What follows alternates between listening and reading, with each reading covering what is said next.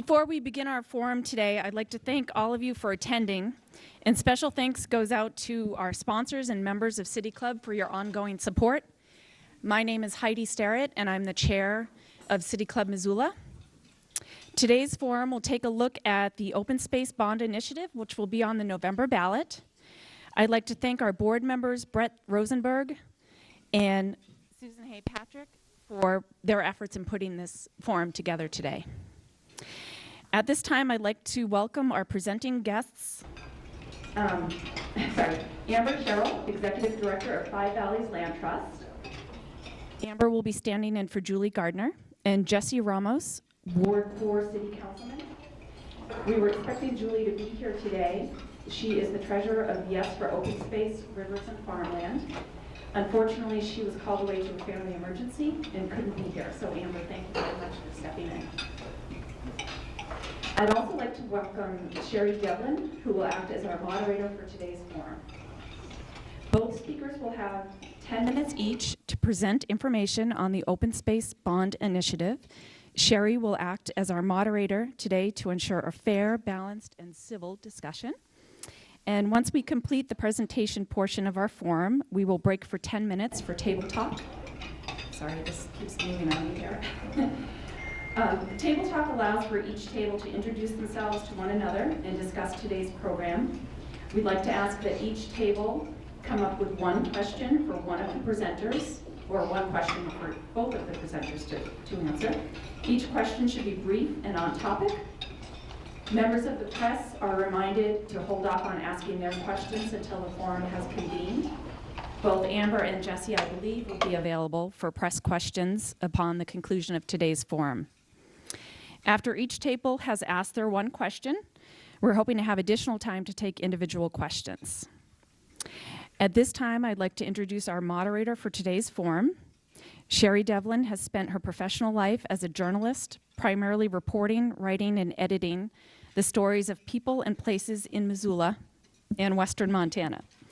She came to Missoula from Colorado in September 1979 after answering an advertisement in Editor and Publisher magazine, seeking a reporter to cover natural resources and the environment for the Missoulian. A photographer at the newspaper where she worked in Longmont, Colorado, showed her the listing, raving about the feisty newspaper with the yellow boxes lining Highway 93 from Idaho to the Canadian border. It was the best decision of her life. Sherrie was the Missoulian's environmental reporter for 26 years altogether, then the editor for 10 years. As a reporter, she covered all of Missoula's prior open space bond campaigns. She works today as a freelance writer and editor for Missoula Current and produces a statewide e-newsletter each morning called Montana Today. Sherrie, come on up.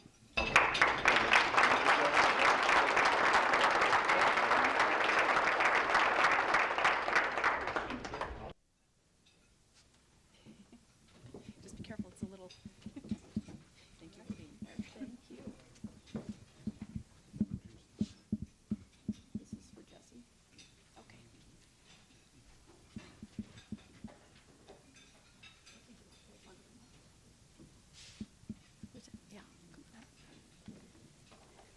Okay, we're going to get right to it today. I'm going to introduce Amber and Jesse, and then each of them will start off with a 10-minute presentation. And then after their presentations, they'll each have a chance for about 2 minutes to rebut one another. Jesse's going to go first by virtue of a coin toss. Jesse Ramos is a city councilman from Missoula's Ward 4. He grew up in Libby, surrounded by millions of acres of open space and national forest land. Jesse's an Eagle Scout, avid outdoorsman, golfer, fisherman, swimmer, marathon runner. And while Jesse loves open space, he has spoken out in opposition to the current open space bond that will be on November's ballot. His concerns center around Missoula's affordable housing crisis and the tax burden that is affecting low-income and retired persons in our community. Jesse also states that he believes we aren't facing an open space crisis here in Missoula, as we're surrounded by thousands of acres of national forest land, state, county, and city land that is designated as open space by Missoula. Amber is filling in today on graciously on quick notice. Amber Sherrill stepped into the position as executive director of Five Valleys Land Trust in September of 2017. Prior to that, she served on Five Valleys Board of Directors in many different capacities since 2003. She was a stay-at-home mom, a marketing professional, a risk management specialist, and much more, I'm sure, in her previous lives. Amber and her husband have lived in Missoula since 2000 and are happy to be raising their 2 teenage daughters in this incredible place that we are all lucky enough to call home. So we'll start out with, I'll get out of the way here, with Jesse's presentation and then move right into Amber's after that. So if you want to run your PowerPoint. Well, thank you, Sherrie, and thank you, City Club, for supplying this event for us and allowing us to have an open and honest discussion where both sides are heard. As I've said, I'm not opposed to open space by any stretch of the imagination. I grew up in Libby, Montana, but what I am concerned about are people being taxed out of their homes right now. I have a lot of constituents that call me and email me and text me. They came down and spoke to us at City Council.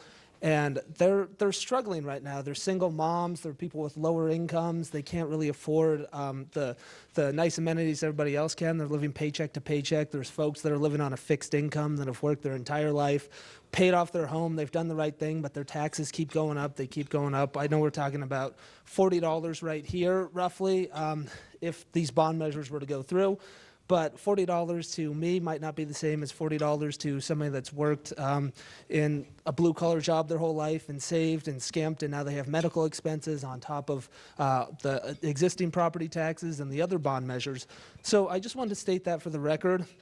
I also want to thank Amber for filling in so last minute, and my thoughts and prayers go out to Julie and her family, and hope everything works out with that. So on my first slide, it's not going to be the most exciting presentation in the world, but my first slide here just shows our areas of open space that we have already. So if we look right here, everything in light green is already owned by the federal government. So that's federal land, Forest Service land. Most of that is available to the public. Everything in red right here is all owned by the city of Missoula. Light blue is owned by the state, that's the state government, and that has open access to the public right now. And then if we look right here, dark blue is owned by the county. So my main point right now is that we're not facing an affordable housing crisis. In addition to this, any new development in the city of Missoula, they have to dedicate 11% of their new development to open space. So we already have a check in place to make sure that some of these new communities have access to open space and green space, in the sense that 11% of each new open development is dedicated to open space, or there's cash in lieu that is also offered in certain scenarios. But for the most part, we do have that layer of protection. So I just wanted to focus on that. I want to take our attention to a survey that was recently done by the city of Missoula. So the city of Missoula conducted a survey that polled the citizens, and the 2 biggest concerns in the survey were taxes and housing affordability, affordable housing.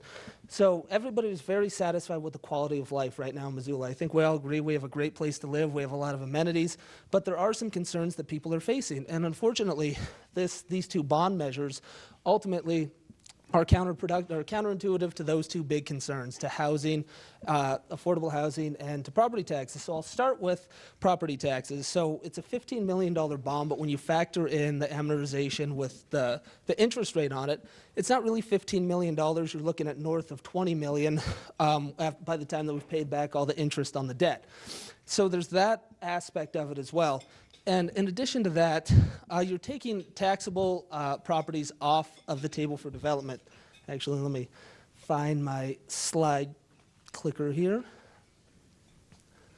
So if we look at this study from 2005, you'll see that this is 2005. I couldn't find a more updated one, so these numbers are actually are a lot higher. So in Missoula County, 49% of the land right now is owned by the state, federal, or local government. 6% of the land is owned by the tribes, the Confederated Salish and Kootenai tribes, and 26% is corporately owned predominantly by timber corporations. Obviously, those numbers might be a little bit different now, but the remaining 19% is private ownership.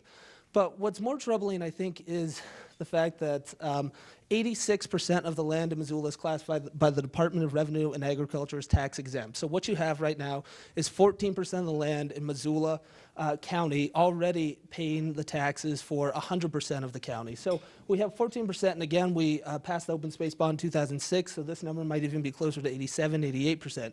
So this kind of skews the tax burden, and while a lot of these properties that are purchased might not pay a lot of taxes, that's one of the arguments is that a lot of these properties don't pay a lot of taxes. They're ag land, they're not developed, but they have the potential to be developed, and they have the potential to add to the tax base, and they have the potential to kind of offset some of the other services if they're properly developed. So that was something that I really wanted to focus on. And the last point I want to make, how am I doing on time? 5 minutes, perfect. So we have in the city of Missoula something that's called a Park Special District. Now this district was created in 2010. There was no voter approval for it. So what happened was they sent out a postcard to everybody in the city of Missoula, or a mailing, a notification, and unless they got enough protest forms back, these districts were automatically created. At the time it was created, it was $200,000, so a lot of people probably looked at that and said, $200,000, that's not that big of a deal. But as we can see here, over the last 8 years, the city of Missoula raised that to $2,056,723 in 8 years. So there's $2 million right now that is going for providing certain maintenance, purchasing, and improvement services for city-owned facilities, land, and equipment under the responsibility and care of the city of Missoula.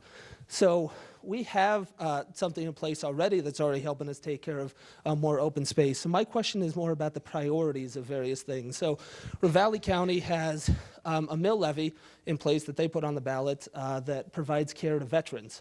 So the city of Missoula has the highest number of veteran suicide rates in the state of Montana, and the state of Montana has the highest veteran suicide rate in the entire country. So if we look at that and we look at priorities, I'd rather see a mill levy on the ballot, something like that to take care of our veterans, something that we can put before some of this other stuff. And again, I don't think that we have an affordable housing crisis if we go back to this map, or sorry, we don't have an open space crisis if we go back to this map. So there's a couple of other things that add to it as well. Like if this was the first bond that we'd been looking at in 10 or 12 or 20 or 30 years, that would be one thing. But we had the park, which is a beautiful park, Fort Missoula Regional Park. We had the library, which again, it's going to be gorgeous when it's completed. But we have to start prioritizing various things. We have to start listening to the people in Missoula, those that don't make as much money as some of us. And again, if this was if Five Valleys Land Trust or somewhere else wanted to voluntarily set up a GoFundMe account or a page or some sort of fundraising event where people voluntarily donated money, that would be fine. But a lot of these bond measures, they pass, and 47% voted against it, and maybe they voted against it because they could not afford it anymore. It's not because they're selfish, not because they're greedy. Maybe they're struggling. Maybe they don't make a lot of money. Maybe they're a single parent, they have a lot of kids that they have to think of first, but every time one of these bond measures passes, we're telling 46% of the population, it doesn't matter what your concerns are because the majority ruled and you have to do what we say. So again, if it's a voluntary exchange, I don't mind, that's great. I think it's fantastic if people can get together. I'd rather see something like that where everybody feels included, nobody's left out because of income. And I've heard a lot of talk about future generations. And unfortunately, we're seeing a shift in the population of Missoula, and I'm afraid that we're starting to become a city of the wealthy. More wealthy people are coming in because people that sell their homes, they can't afford the property taxes, the cost of living, the jobs aren't as good here. We move folks in that can afford that. So I'm concerned that our future generations might be more elitist and not a city for all. So I think I'll just leave it at that for now and turn it over to Amber. Thanks, Jesse.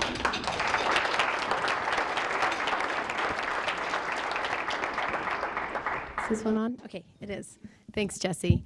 And thanks to the City Club for having us both here this afternoon. It's an important issue. It's a very timely issue. So I'm Even though it was very short notice, I'm excited to be up here and representing this campaign. I am the executive director of Five Valleys Land Trust, but I'm here representing Yes for open space, rivers, and farmland. We are a diverse coalition of nonprofits and private citizens in this community that have come together with a goal of continuing a long and successful history of conservation in Missoula County. It's a little short. When my husband and I moved here, came to Missoula over 20 years ago, hoping to find a place to start our lives together and to raise our family, we were immediately struck by the beauty of Missoula, but also by the fact that we could live in town and have access to all these incredible open spaces and natural amenities right beside us. I'll never forget standing on the M and looking out at the valley and thinking how incredibly fortunate we were to be moving to this place. I understood then that the open spaces, the greenways, and the rivers that drew us to this place were also drawing businesses to our community, tourist dollars from across the country, and students and faculty to our university. Even then, we predicted the growth we are seeing today. In the 1990s, Mount Jumbo was slated for development. It's hard to imagine now what that would have possibly looked like had it been developed then. Lucky for all of us sitting here, Missoulians immediately saw the value of that mountain to our community and an open space for all of us. In 1995, we banded together, we passed an open space bond, and we bought it.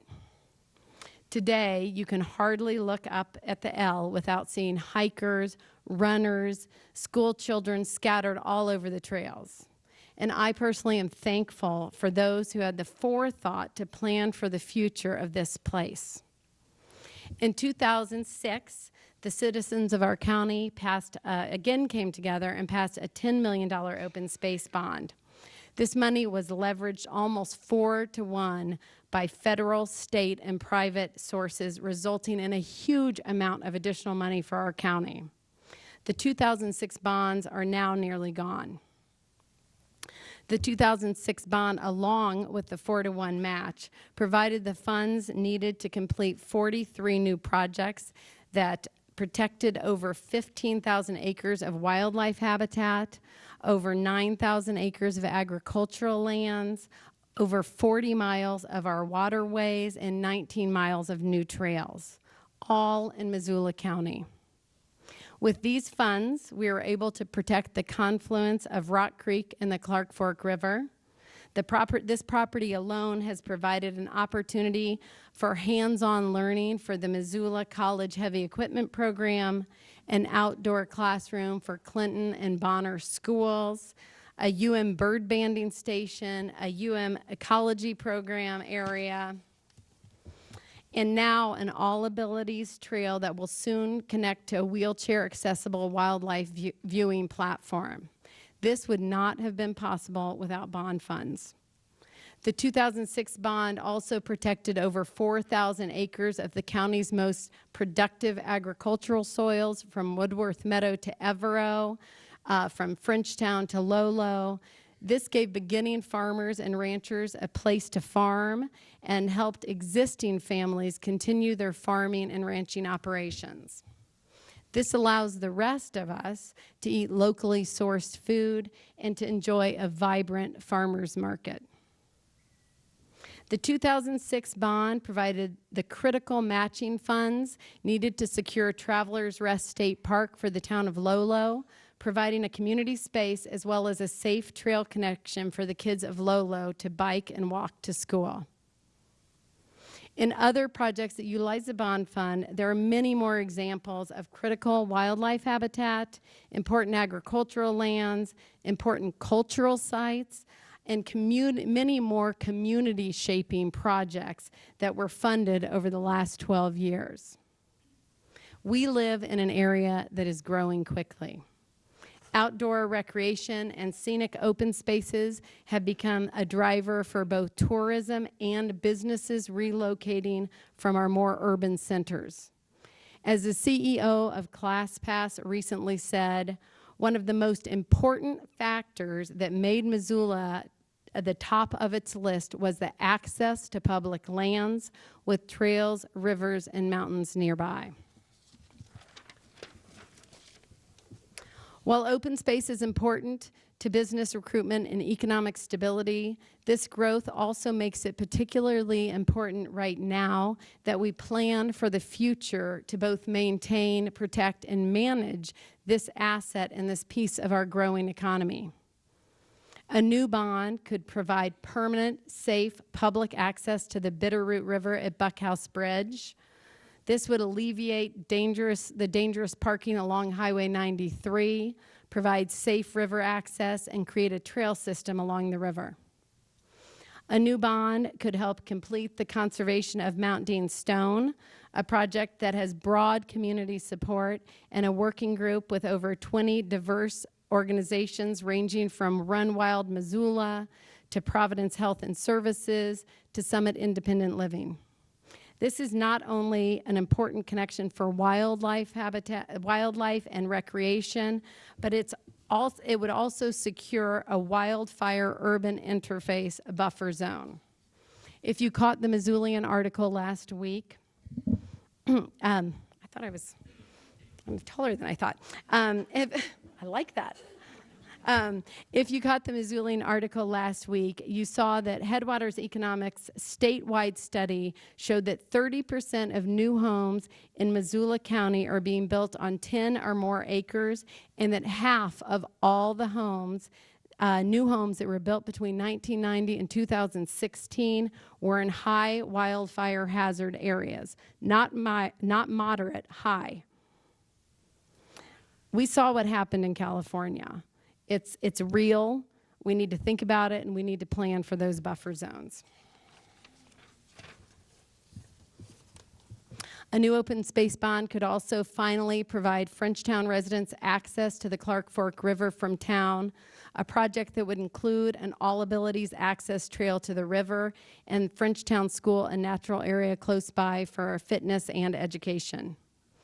A 2014 river survey estimated that from June to August, over 14,000 people floated the river between the Madison and the Higgins Streets Bridge.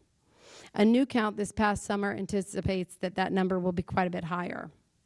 Improved access to this stretch of river would provide an all-abilities trail to the water, improve safety and access under the bridges, provide a beach for swimming, decrease massive amounts of erosion and sediment in the river, and improve river health.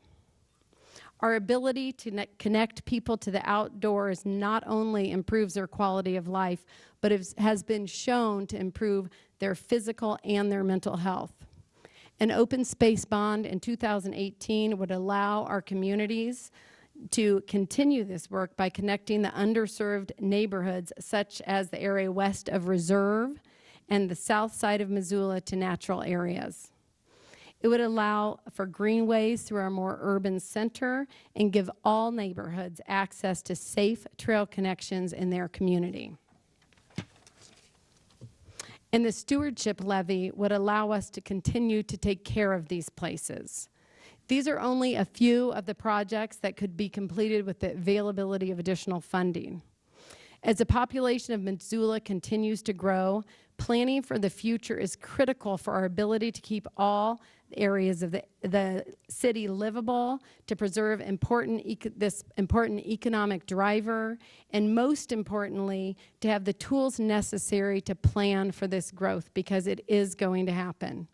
An open space bond and stewardship levy will give us one of the tools we need to do this.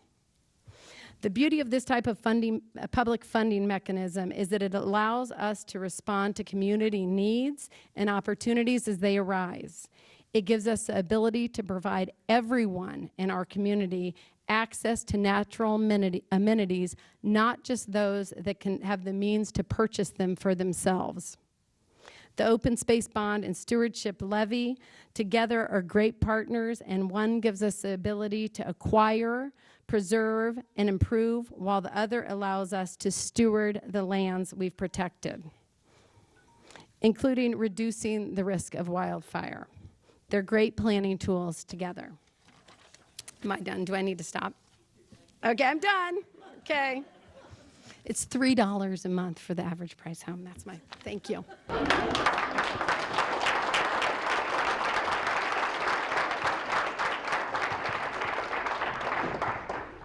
All right, Jesse, if you would like to take a couple minutes, you could offer a rebuttal to some of Amber's points, and then Amber can do the same following you.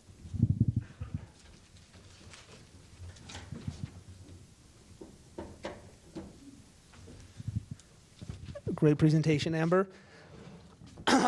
So, while I agree with most everything what she said about the value of open space and what it can do to our community, I think that the main areas that we disagree on are number one, the funding mechanism, which is through taxation. Again, I am 100% on board. If a group of concerned citizens wants to go out, or some eccentric billionaire wants to fly over in his blimp and give us a bunch of money, that's fine. I have no problems with that. But it's when there's so many people in our community telling us that this tax burden is getting very hard for them to bear, for us to, and again, this wasn't even put on the ballot through voter initiative or through signatures. This was put on by our elected officials. So I think that that shows that maybe there wasn't as much of a demand for this as people would have wanted, or else there would have been a signature initiative. There would have been people going out collecting signatures for this. Again, according to the survey, people are pretty satisfied with their quality of life. ClassPass came here. I'm grateful that they did. They're a great company. They're providing a lot of good jobs. But they came here on our current amount of open space, which I think is fine. It's fantastic. But they're not coming here because we promised them that we'd be purchasing more and more and more in the future. I think we have to realize and look at the situation sometimes and realize when enough is enough. And I think that we're at the point right now where people's concerns are more taxes and affordable housing. It's not so much the open space. Again, on that map that I showed you, we have access to thousands of acres of open space, and new developments have to have 11% of the new development dedicated to open space. So I think that, don't get me wrong, the project feels good. It feels like something nice to do, but unfortunately I think we have to get down to the kind of dirtier issues of the taxation and the affordable housing, and focusing on how we can reduce those. So, was that half a minute? Okay, so we have to focus on how we can reduce those burdens, and maybe it's not going to be as easy, it's not going to be as fun, it's not going to feel as good, but I think that's, if we can focus on something like that, again, with the open space, the more land that we take off the table for development, even if it's areas that people call McMansions, it's still, even if there's mansions built, for one, that increases the tax base, it expands it, it allows more, okay, I'll get to it in the next one.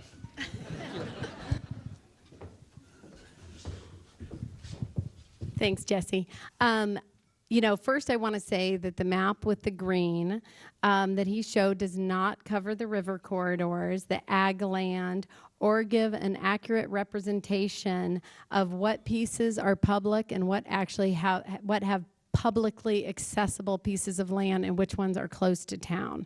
So part of this bond is also making sure that some of the underserved areas that are in the middle of the valley, that we can make greenways to our open spaces for them. And so I think that's an important piece, and I don't feel like that map necessarily represented it very well.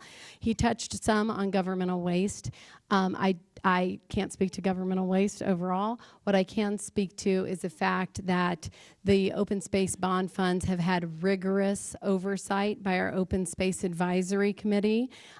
They vet these projects, they look for funding. The 4-to-1 happened because of the need to go through the Open Space Advisory Committee. It's then vetted by our county commissioners. I think all the county commissioners that are here have seen every single project that has come, at least as far as I can remember. So I think that, along with the 4-to-1 match, is important to keep in mind. And the same with the stewardship levy. The Conservation Lands Program has brought in almost $1 million of money in grants and public donations, which on every, I think the math works out to approximately every $28 or 28 cents on every taxpayer dollar that is done. So I think both projects Oh gosh, I need to talk faster. Okay. And also, I want to also say on the affordable housing front that this is not an either-or equation. You can't put affordable housing on the top of Dean Stone and make it affordable because there is no infrastructure up there. What we're saying is that we need access to open spaces. We understand the need for affordable housing. And I'm done.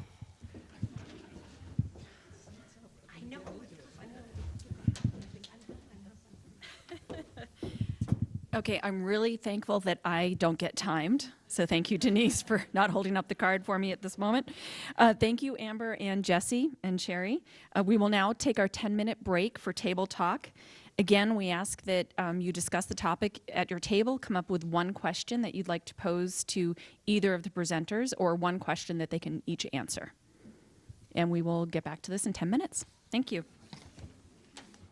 Okay, time for our questions. If your table is ready with your question, we have folks. We have couple one right folks here. with microphones. There we go. First question. Am I supposed to introduce myself? Or how do we do this? Okay. Hi, I'm Amy Stolenberg, and our table, we're unanimously in support of the open space bond, but we did have a couple things. One, we acknowledge that it brings so much funding already from private and nonprofits working really diligently, and we just wanted to make that point that to us is what is so important about this open space and why we're supportive. And then we also then talked about the challenges for the private or property taxes. And so our question is actually to Jesse, and that is, are you currently and are you willing to work with your colleagues and friends to address taxes at the state level so that we could have some more options here in our community? And the one that came up, is could we have a tourist tax? 1 million people live here, 6 million people visit Montana. Could we have some more options to allow us to potentially give a break to folks that are feeling that tax burden that you referenced over and over again? Thank you, Amy. Thank you for your question. So I think to address, I'll try not to walk around too much. I'll try to address your second question first about property taxes and if I would go to the state legislature and work on tax reform. I most certainly will. I'm happy to do that and go speak about some various ideas that I have. Maybe they're not along the same lines of thinking that you are, but they are along the lines that I think we can start giving people a little bit more freedom with their money, with their own money, and not having the government take more and more of it. So I'm from the mindset that if we raise this, if we pass this levy, that we are more or less taking more money from people. We're giving them a tax or a pay decrease. And if we lower taxes, we'd be giving them a pay increase. So that's my mindset. You've already mentioned the great work of the private sector and what they can do in private donations. I want to shift the burden from the taxpayers to the private sector. There are philanthropists out there, and if there's more people that have more of their money, then I think you'll find they'll be more charitable. So obviously, we don't always see eye to eye on that, but that's more or less my point of view on this, is avoiding the aggressive form of revenue raising that is taxation. So thank you for the question. Oh, do you want me to say something about that as well? Okay, thank you. I would say that while we do deeply care, I deeply care about all the citizens of Missoula and of Missoula County. I think that we do need to be thinking about different measures. I'm not don't have the same job as Jesse has, but I think that that's going to be an important piece in the future, is to be thinking about what we can do as a state and as a community as we grow. Trying to think one of the things you just said that I was going to say something too, but I'm open. Yeah, I know we're talking about taxes. I do think we owe it to our future generations, though, to, just as they paid it forward to us by protecting Mount Jumbo and giving that to the children of Missoula and the citizens, I think we need to do the same thing for the next generation. The need for open space is not stagnant, just like the population is not stagnant. So I think that that's a big part of it, and I'm open to different tax plans too. Thanks. Susan, do you have a table? Yes. Stand up. Can you hold it higher? No. So our table was wondering, as we recognize that you're trying to incorporate areas of the city that don't have that direct access, if there could maybe be a more strategic plan as to what areas you're working on first, and is it in relation to the tax base, or is it truly undevelopable and so that we got more of an even keel? And with a strategic plan, if that maybe in 10 years from now, we have reached all the areas we need and we know this won't be coming up on the ballot again. Is that for me? Yep. Okay, I'll take that question. I do think that the county is planning. I know the city is planning. There's lots of conversation about how we are growing as a community. And, when we do look at, I can speak for Five Valleys Land Trust in particular, but I also think I can add some things in about the Open Space Advisory Committee and how they are looking at projects. We do take into consideration where good places for affordable housing might be. We think about what those trail connections might be, just like the North Hills. I think there was a picture up behind me as I was talking about some of the communities that are underserved by trail systems. I can't really look into the future and have a crystal ball to say kind of where we will be in 10 years, but I do think that this is a planning tool along with, I think, some of the questions about taxes. And, I know the city is looking at affordable housing. I think all of those are big issues for our community, and I think we need planning tools like this in place to look at them. So we do that strategically is my answer. Thank you very much for the question. So we do have a plan in place, but it's by no means a binding contract. So various pieces of land can be bought up at different times that maybe would be developable for open housing. Hopefully I don't get booed for saying this, but agriculture lands are prime for affordable housing developments. A lot of them can be used to increase the supply, and if you increase the supply, as I was kind of saying before, but I wasn't quick enough, that even if you have higher end homes, the higher end homes increase the supply, so it allows maybe the people that are living in the median income homes, median priced homes, to move into those higher priced homes, and then that opens up the supply and increases it for those folks that are maybe moving from a starter home to a median income home, median priced home, and then that opens up that starter home as well. So in the concept of economics, more supply always means lower housing prices, regardless of what type of development is on that land. So I really appreciate the question. We have one here. Next question. Yes. Hi, this question is for Amber. My name is Rick Wishcamper. I own a small business here in town. We compete nationally, and one of the ways we're able to do that from Missoula, Montana, is our ability to attract and retain top-level talent. I was wondering, as I was thinking, our table was talking about this, we understand the cost of this open space bond. Is there a way around the country that communities measure the benefits, the long-term benefits of open space?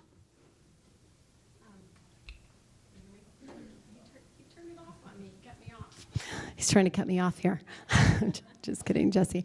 I do think that, to answer your question, I think that around the country, I don't know what all the measurement tools are that they're using, but we do see as our economy grows and as we bring businesses in, national businesses that are able to operate from Missoula, that we are able to raise the wages, which helps with our property tax or our affordable housing issue.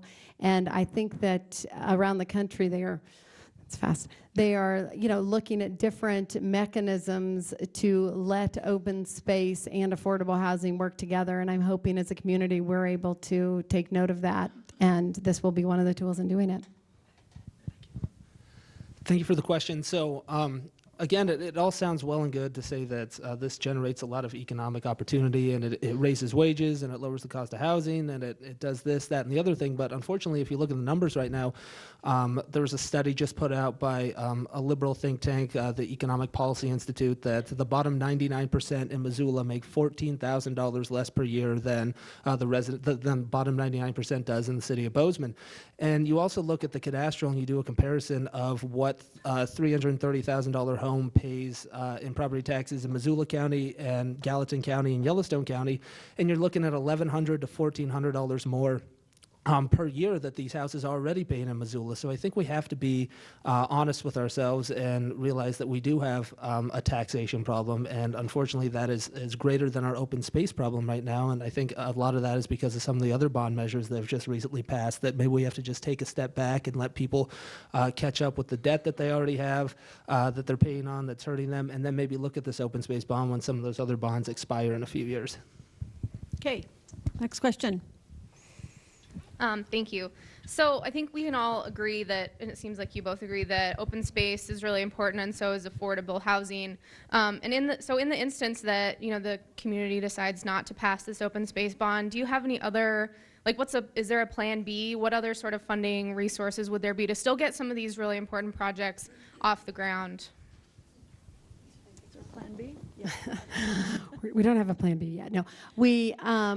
It will change if there is not this public funding mechanism in place. It will change what Missoula looks like in the future. I mean, there's no way around that. We will not be able to bring in the state, federal, and matching dollars that foundations require. The local match is a huge piece of bringing those dollars in. So it's a $15 million bond. If history repeats itself, that would be $75 million of money for this county. So yeah, we wouldn't have access to that. We would, there's some programs, LWCF, sometimes that we can access, and the Farm Bill has some money in it, but most of those require a local match, and that's why it's just such an incredible. It's just an incredible tool financially, not just for conservation. Great question. So I think a plan B for me is if this bond did not pass, which I'm hoping that it doesn't. I think that we could all maybe work together. I'd be happy to work with Amber and her folks and help raise money through the private sector. I'd help her. Maybe we could go ask Denny Washington if he wants to have 30,000 acres named after him or something like that. Somebody that wants a tax write-off. I'd be happy to do something like that. Again, that's a voluntary exchange. Those are the people that can afford it. We're not telling 47% of the population that votes no that, well, too bad, you have to afford this or you have to move. Doesn't matter if you're having a hard time feeding your kids or a hard time paying your bills. Just because the majority wanted this, you're going to have to pay it. So just shut up and be happy about it. That's not really what I like. That's what I'm most opposed about with the bond. So again, I'm happy to go and raise money and fundraise and march in parades and help everybody raise money for this. So thank you. Okay, hi. Hi, I'm Dory. I've lived here about 25 years, raised 2 kids. They're both teenagers. I'm an advocate for affordable housing and certainly an advocate for meeting the needs of our low-income residents. I'm also a huge advocate and user of our open space. And I feel like whether this bond and levy pass or not, and the issues around affordable housing and meeting the needs of our low-income citizens is a little bit of an apples to oranges conversation. And I guess I have a 2-part question. And one for Amber is to explain the cost again, both per year, per month, and per household for the bond and levy. And then Jesse, I'd like you to maybe address how, whether we pass this or not, how is that going to meet the needs of our low-income residents and the issues of affordable housing that we have in this community? Thanks. Thanks. First, I want to reiterate, because I said $3 really quick. This is based on the value of your home. So if you are in a home that has a higher appraised value, your amount would be more. If you are in the lower appraised value, it would shift with that. So I think that's important because I think it equalizes the burden in a fair way. So for the medium-priced home in Missoula, it would be about $32 a year. There's some change in there, and it would be that, which comes out to about $3 a month, and that is with the open space bond and the stewardship levy together. The county will only have the open space bond on the ballot, so theirs would be significantly less. And I'm apologizing because I can't remember exactly what it's about, $17.50 or something for a medium-priced home. Did you give me the stop? So you have a different question. Oh yeah. So the question again was, if this doesn't pass, what opportunities would that create for the lower income folks? Whether it passes or not, I'd like to have you explain how that will impact affordable housing and low income in this community. I mean, if we're talking about $30 or $40 a year as an the average cost? You know, whether it passes or not, I kind of want to understand the impact it's going to have. Awesome. Great questions today. That, again, is a fantastic question. So just to circle back, maybe $30 or $40 isn't a lot for me or you or a lot of people in this room. But again, it's not just $30 or $40. We've stacked up a bunch of bonds. So these bonding measures, maybe they're coming out to $200, $300 a year. And again, to most of the people in this audience, that's probably not a lot of money. But when you look at people that are living below the poverty line or people living on a fixed income right now, they're making $20,000, $30,000 a year on Social Security. Every single penny counts. We know that healthcare is not good right now in this country. It's incredibly expensive, and if we take more of people's money from something that they truly are telling us they can't afford because they need it to pay for their health care, they need it to pay for food for their kids, then that starts to really stack up. And that's why a more voluntary exchange program where people donate, if they can afford to do it, then I think that that's a fine way of doing it. And I think that it's not our job as people or government officials to tell people what they can or cannot afford and what is or is not a lot of money.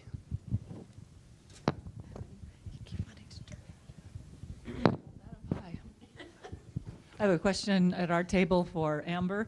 Amber, you mentioned that if you don't think the map that Councilman showed is an accurate portrayal of our open lands here in Missoula County. So can you explain what you think would be an accurate understanding of the open lands and what we have here and what we're dealing with these questions that'll be on the ballot? Sure, it's a little hard to do without a lot of different maps to look at, but what I think is that when you put all the green up there, it doesn't really show what access we have to those places and what are open space that different communities and areas of the city can access, which pieces are waterways. I just feel like the map is misleading when you look at more detailed maps of the county and what part is preserved and what part is accessible. We do have in Montana 1.5 million or something more public lands that are not publicly accessible. So, you know, maps don't always show the entire story. They don't show the entire story to communities. And that was more my comment about it. Yeah.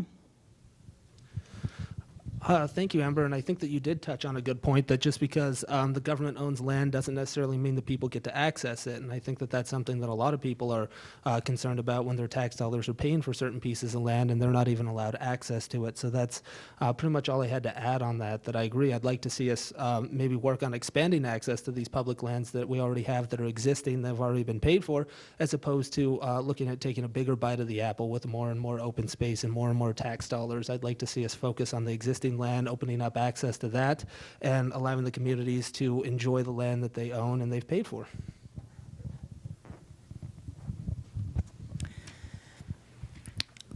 Good afternoon. Our table talked about, Amber already answered the question about what will happen if the bond doesn't pass. So our question to Jesse is, how is the city going to maintain its currently owned city open space if the stewardship levy doesn't pass? Great question. So I wish that question would have been asked a long time ago when we were buying this land. I wish we would have factored in some sort of funding mechanism where we could have planned for the maintenance that we all knew was coming. Again, we have $2 million right now of a park special district. I'd like to see us maybe structure stuff a little bit better. And I would have liked to see us, again, plan for this in advance. We all knew that this land wasn't going to take care of itself. It's not self-sustaining. So why didn't we dedicate some of the money from the last open space bond to maintenance for this current open space bond? And what's that? Okay, well, the park special district certainly can. And then when we tie into the open space mill levy or the maintenance mill levy, that can also be used to purchase open space. So what are we going to do if we use that money, that $500,000 a year, to buy more open space using our maintenance fund? So that's another troubling concern that I have is if we have the ability to use the maintenance fund to purchase more money that we're supposed to be setting aside and not planning properly for it, then why are we not?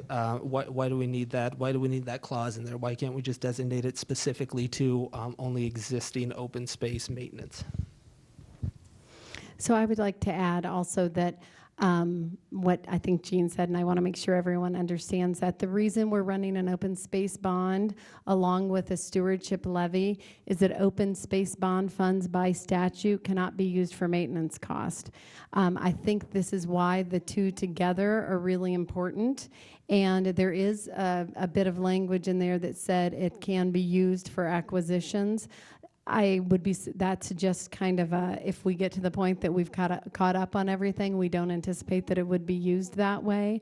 I also would like to add that, open space, that you have the money, if you purchase a piece of property and we have our conservation lands manager putting the trail in where people aren't cutting through the trail, they're not walking through areas that they're not supposed to, it is a lot cheaper to manage than fixing problems once they've started. So I think this is a really responsible combination of mechanisms to make sure that that problem doesn't occur again.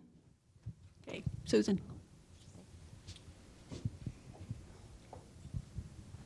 Jesse, you've mentioned a couple of times now healthcare costs. Yeah. The single biggest factor in workers' wages has been healthcare costs, not property taxes. And although they're still a problem on the property tax side. So my question is, do you support Medicaid expansion, which protects lower income workers from Medicaid, from their healthcare costs? This is interesting. I'll just answer the question with the fact that I oppose all higher taxes. So I think that should answer your question on that. But did you have any questions about the open space bond or mill levy? I just would like to say that I think that taxes and economic growth are part of having a vibrant city and a vibrant community, and they're excellent planning tools. And while I agree with one of the questions about that we need to think about how we lessen the tax burden on those that are on fixed incomes and such, I completely disagree that more taxes is not the way to grow a good community and letting everyone have access to a better quality of life. Yes, a comment and a question from our table. One, a comment for the two of you and perhaps the reporters in the room. It is helpful to know how much this particular bond is costing, but I think the real issue that both of you have mentioned is the cumulative cost of property tax increases and bonds over the years. So if someone could report to the general public what is the amount of money, say, for the last 5-10 years of increases in property taxes and bond issues, then we can make a more informed opinion whether that's really hitting low-income people or it's not, or where we are, just so we have that information. And then the question I have for both of you to respond to, would either of you or both of you be willing to spend part of this bond money or bond monies in the future? We not only have a affordable housing problem in this town, we also have a homeless problem in this town. Would either of you support to have a city, county sponsored campground someplace to support and have someplace for the homeless to go? Okay, I guess I'd first like to comment that I think just like the affordable housing issue, the issue of homelessness is a very complex one, and I by no means am qualified to answer that question. So I know all of these issues are very complicated, so I'd be willing to look into what the answer should be, but I just can't answer that. I also would like to express that while I can't give you an exact percentage of what part of your tax bill or their tax bill went toward the different things, the majority of the tax bill is from property reappraisals, it's for schools, it's for public safety, it's not actually due to the bonds for open space and these other amenities. Thank you. We obviously do have a problem, a homeless problem here in Missoula, and I think that everybody wants to kind of work together to solve that issue. And I think that you raised an interesting point. I would most certainly support using maybe existing open space land or city-owned land to set up some sort of campground that's already been paid for, and then soliciting the additional renovations to make it a livable spot for the homeless folks through donations and private parties and foundations. Jesse, Amber, thank you so much for coming today. My question, you probably already answered it, but indulge me. What happens to the 2006 bond? Is it expiring? And if so, does this new bond potentially replace it? So it's a smaller net gain in costs for taxpayers? So it's not expiring, but it is depleted of funds. So we're right at the bottom of that.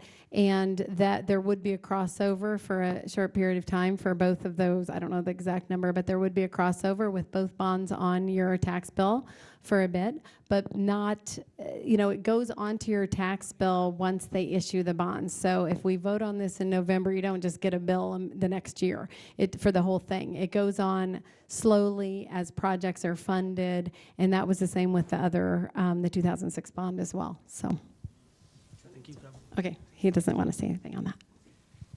Hi.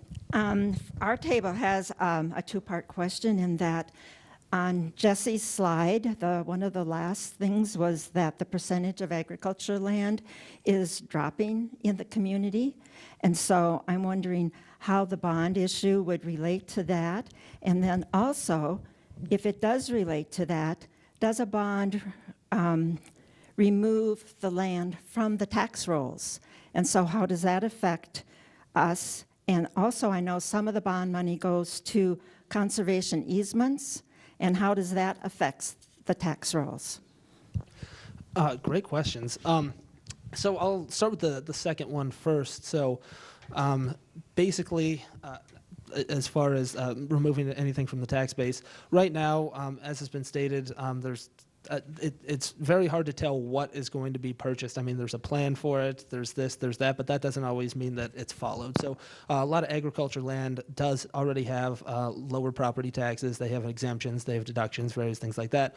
But the point that I wanted to make is that those ag lands could be very attractive for affordable housing. And if you did build the affordable housing on it, not only would citizens be able to live there that maybe couldn't afford to live other places, but that would also generate more of a property tax base. So maybe if the ag land was generating $200-300 a year, that would shoot up to $2,000-3,000 a year, and that would ultimately help fund other city services, police, fire, infrastructure, and that would help lessen the burden on other folks in the community as well. And sorry, can you repeat your first question? I think you answered it. Okay, perfect. I'd like to add that, the agricultural lands are paying taxes as well. And so most of the conserved lands of the 15,000 acres that were conserved with the 2006 open space bond, the majority of those lands are paying taxes. When we talk about the importance or not the importance of agricultural land, I just have to say that we disagree on the importance of that. I think that it is important for our cultural livelihoods in our county. I think it's obviously really important that we are growing food, that we're not shipping food from far away. And I think that this is part of Montana's heritage. I mean, if you look at these small towns, they are built on this. And we have some productive agricultural soils in the whole county that have not been conserved, and I think that we can do both.